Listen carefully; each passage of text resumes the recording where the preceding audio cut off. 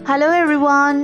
আজি পুনৰ এটা নতুন ভিডিঅ' লৈ আপোনালোকৰ মাজলৈ আহিছোঁ আৰু আজি আহিছোঁ মামাহঁতৰ ঘৰলৈ। বহুকেইখন গাড়ী দেখিছেগে ভাবিছে আজি কলৈ আহিলোঁ বুলি। আজি আছে এটা শালপতিখানা।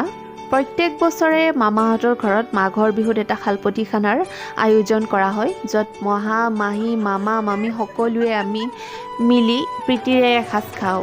এইফালে সকলোৱে আহি পাইছে আৰু সৰুৱে ডাঙৰক সেৱা লৈছে।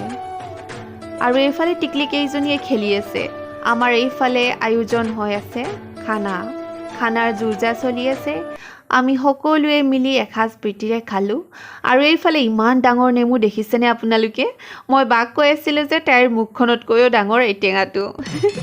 আৰু এইফালে আইতা খাই বৈ সকলোৱে ধুনীয়াকৈ এপাক নাচিলোঁ।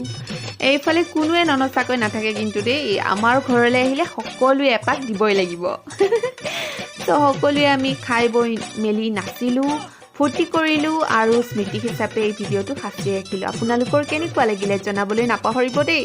চ' মই আপোনালোকক এটা নেক্সট ভিডিঅ'ত লগ পাম। বাই।